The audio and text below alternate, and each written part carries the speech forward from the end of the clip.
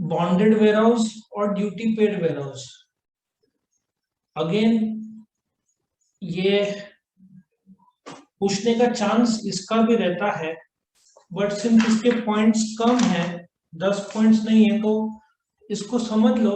पर एग्जाम में आया तो मैं 7 पॉइंट में लिखने का एडवाइस नहीं करता। ये देखो मार्च 2015 में पूछा है। So let us come to this distinguish between bonded warehouse and duty paid warehouse.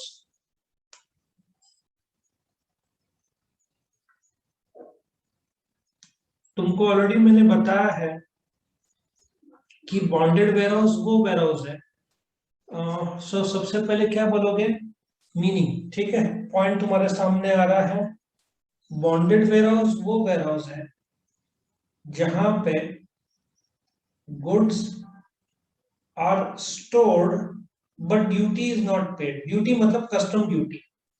And duty paid warehouse is that warehouse where duty is paid and goods are stored. फर्क समझ में आ रहा है दोनों का, bonded और duty paid warehouse का? Yes. So bonded warehouse में तो दोनों में रेंट तो लगना है, बट bonded warehouse में गवर्नमेंट के साथ तुमने एक बॉन्ड किया है, कॉन्ट्रैक्ट किया है, जहां पे गवर्नमेंट ने तुमको परमिशन दिया है कि तुम गुड स्टोर कर सकते हो इस वेयरहाउस में पेंडिंग पेमेंट ऑफ ड्यूटी। तुमको रेंट लगना है, ठीक है। दूसरा, ownership. Bonded warehouse private port के अंदर या पोर्ट के बाजू में होगा। बॉन्डेड वेयरहाउस ज्यादातर तो प्राइवेट और डॉक अथॉरिटीज का ही होगा, क्योंकि गवर्नमेंट का कस्टम ड्यूटी है, तो वो अब सीधी हिसाब है। बॉम्बे में नवा शिवाय जो पोर्ट है, ठीक है, तो तुम नासिक में बॉन्डेड वेयरहाउस नहीं रखोगे। इतना दूर ट्रांसपोर्टेशन बीच में गायब कर दिया गुड्स किसी ने, तो इसलिए उसके 5, 10, 20 किलोमीटर के रेडियस में होगा, ज्यादातर तो अंदर ही होगा। सो बॉन्डेड वेयरहाउस पोर्ट के बहुत नजदीक रहता है। अब ड्यूटी पे हो गया तो गवर्नमेंट बोलेगा तेरे को जहां रखना है रख, वहां के रेस्ट्रिक्शन हट जाएंगे, बट बॉन्डेड वेयरहाउस में रेस्ट्रिक्शन काफी रहेगा। सो आई होप यू अंडरस्टैंड कि बॉन्डेड वेयरहाउस का जो मालिक है वो प्राइवेट भी हो सकता है और डॉक अथॉरिटीज भी हो सकता है, जबकि ड्यूटी पेड में गवर्नमेंट का रोल खत्म हो जाता है, क्योंकि गवर्नमेंट को अपना टैक्स मिला। गवर्नमेंट बोलेगा किसी भी पब्लिक को ओन करने दे, हमको उससे लेना देना नहीं। सो ज्यादातर तो पब्लिक अथॉरिटी ओन करते हैं, ओनरशिप पर्पस। ये बॉन्डेड वेयरहाउस का पर्पस ये है कि गुड्स इंपोर्ट हो चुका है पर टैक्स इतना ज्यादा है या तुम्हारे पास पैसे के शॉर्टेज है, थोड़ा टाइम बाद लोन क्लियर होगा, तो तुम इस हिसाब से अंडर बॉन्ड रख रहे हो। और ड्यूटी पेड वेयरहाउस में प्रॉब्लम ऐसा है कि गुड्स तो आ चुका है बट तुम्हारे वेयरहाउस नासिक में जगह नहीं है, तो टेम्पररीली तुम ड्यूटी पेड वेयरहाउस में गुड्स स्टोर करके रख रहे हो, ठीक है। तो ये उसका पर्पस है।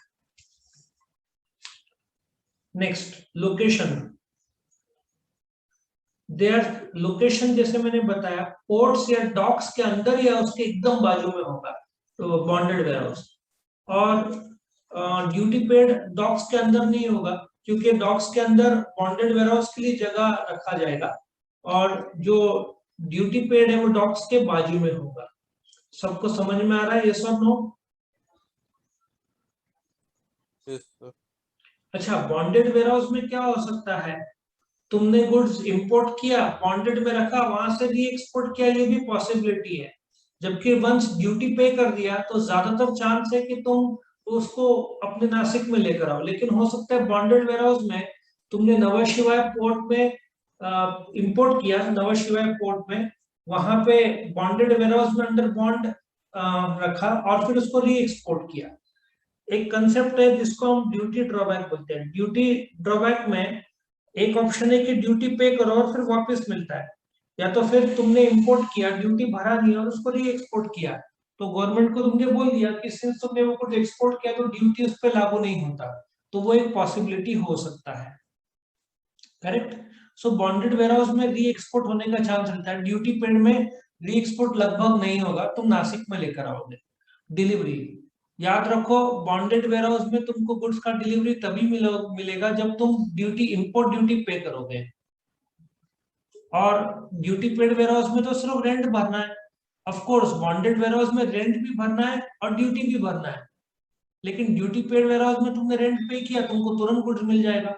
बॉन्डेड वेयर हाउस में तुमको गुड्स नहीं मिलेगा जब तक तुमने रेंट नहीं भरा प्लस ड्यूटी नहीं पे किया। सुपरविजन, बॉन्डेड वेयर हाउस पे कस्टम के लोग जो है, कस्टम्स ऑफिसर, उनकी बहुत कड़क नजर रहती है, ठीक है, क्योंकि टैक्स भरा नहीं है तुमने। और जो प्राइवेट वेयर हाउस है वहां पे कस्टम अथॉरिटी बोलेंगे टैक्स भर दिया, अभी हम पे को नजर रखें। क्योंकि स्मगलिंग का चेकिंग हो चुका है, सैंपल में कोई प्रॉब्लम नहीं है और ड्यूटी भी पेड है, तो कस्टम अथॉरिटी बोलेंगे ड्यूटी पेड जहां पे रखना रखो, हमको पे लेना देना नहीं। जबकि बॉन्डेड वेयर हाउस में सुपरविजन काफी कड़क रहता है, ठीक है।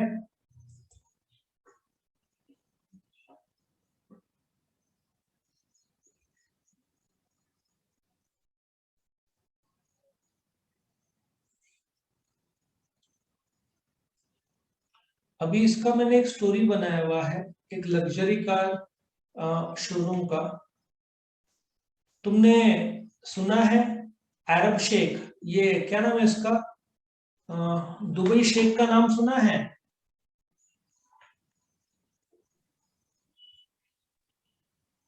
Yes sir. उसका नाम है ये जो शेख है, I think Mohammad Al Maktoum, ठीक है। इस बड़ा नाम है शेख हमदान बिन मोहम्मद बिन रशीद अल मक्तूम, ऐसा आई थिंक बड़ा नाम है। तो नहीं, उसका नाम जो है, ये जो शेख का फोटो है, इनका नाम है मोहम्मद बिन रशीद अल मक्तूम। इनका लड़का इंस्टाग्राम में बहुत फेमस है, आई थिंक लड़के का नाम Hamdan, if I am not wrong. हाँ, इनका लड़के का नाम हमदान है, शेख हमदान। वो इंस्टाग्राम में बहुत सारे फोटो डालते रहते हैं।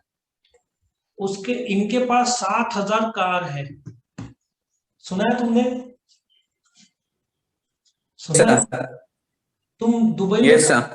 हाँ दुबई में जाओगे ना, तुमको मारुति ऑल्टो ये सब मिलना ही नहीं है, सिर्फ लग्जरी कार से मिलेंगे तुमको वहां पे। वहां पे तो टेस्ला जैसी कार टैक्सी के रूप में यूज होती है, वहां पे टोयोटा ये सब टैक्सी के रूप में यूज होते हैं। और टैक्सी के मेजोरिटी ड्राइवर्स पाकिस्तानी, बांग्लादेशी और कुछ इंडियंस हैं। और टैक्सी के भी जो प्राइवेटली ओन्ड है, लेकिन टैक्सी की कुछ कंपनीज गवर्नमेंट के भी है, मतलब हर प्रकार से वो लोग कमाते हैं।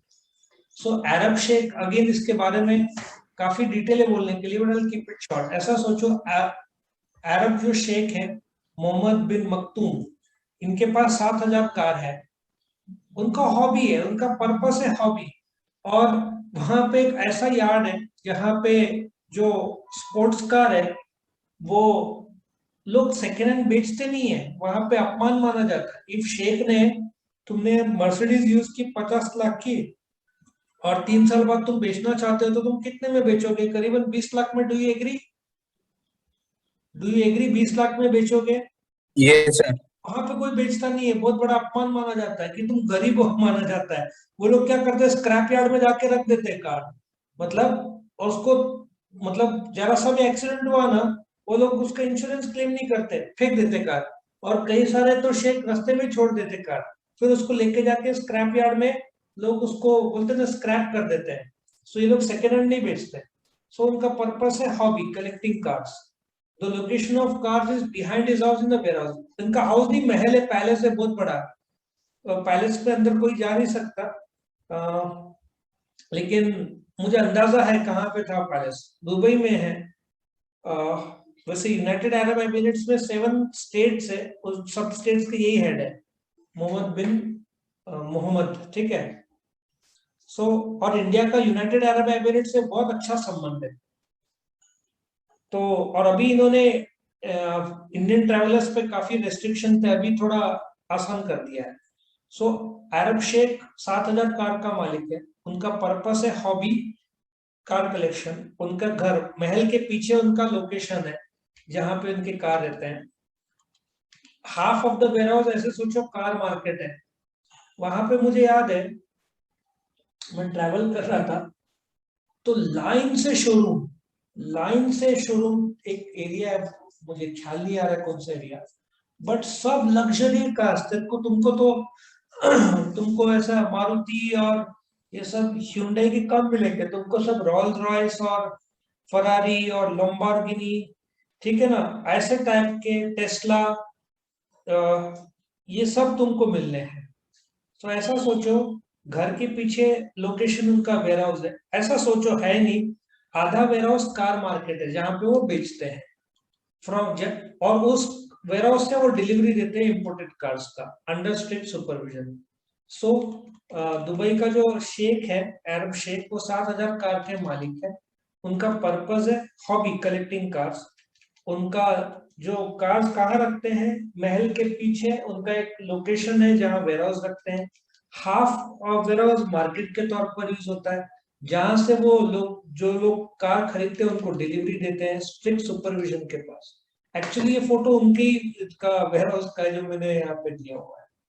7,000 कार कुछ ज्यादा ही हो जाता है, ठीक है मालिक।